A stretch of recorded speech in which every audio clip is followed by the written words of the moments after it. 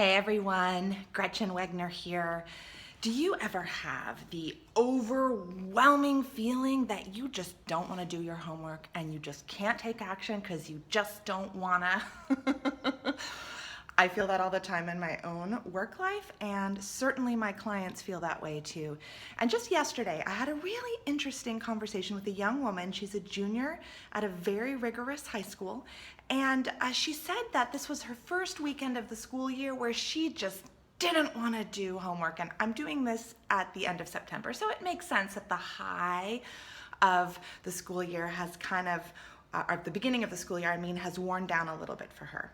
So we did a little investigating about what was going on in that sweet brain of hers to really make it hard for her to move forward into action. And this is a little bit about what we talked about. We investigated, first of all, the idea that I don't wanna, but I put the word because behind it so we could see what are the beliefs underneath that really strong, stubborn feeling. The first belief was there's too much. The next one is it's too hard. The third one was I don't know what to do. And so we took each of these one by one, and first we asked ourselves, is it true? Is it true that there's too much work to do? And actually, as we talked about it, she said, there really wasn't too much once I looked at it, but I hadn't looked at it yet when I had this belief, so I just was convinced in my mind that there's too much. When I got started at 11 p.m. the night before it was due, I realized it's not as much as I thought, but then it was too late and I was tired, and so it took me longer. So in that one, asking yourself in the moment, is it true? And then what proof do I have that it's true? Or let me at least get the proof. Let me go look at the assignment and see, is it too hard?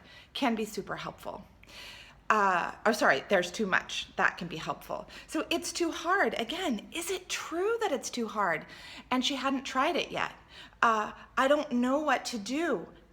Is that true you don't know what to do? Or is it just that you haven't looked at it yet and so you don't know what to do?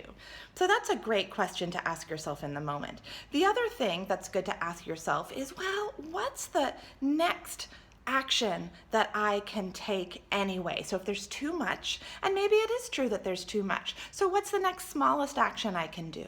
Or if it's too hard, maybe I need to ask for help. That's the next smallest action. Or if I don't know what to do, maybe I need to get someone to look at the assignment with me, and that's the more helpful thing to do.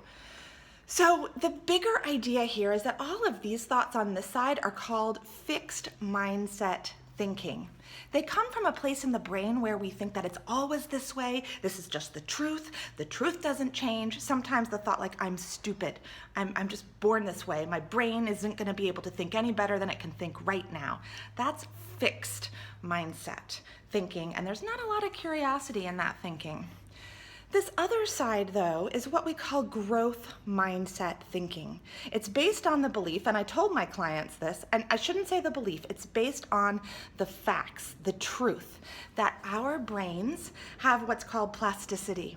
Through effort and practice over time, we can change our brains. And so putting in just that next little action is going to make such a difference for you. So catch yourself, see if you're stuck in fixed mindset thinking or growth mindset thinking, and then ask yourself these questions. Are my thoughts true if they're fixed mindset? And what is the next small action I can take? See if that helps you, and I'd, as always, love to hear your thoughts. Gretchen at GretchenWegner.com. Bye, y'all.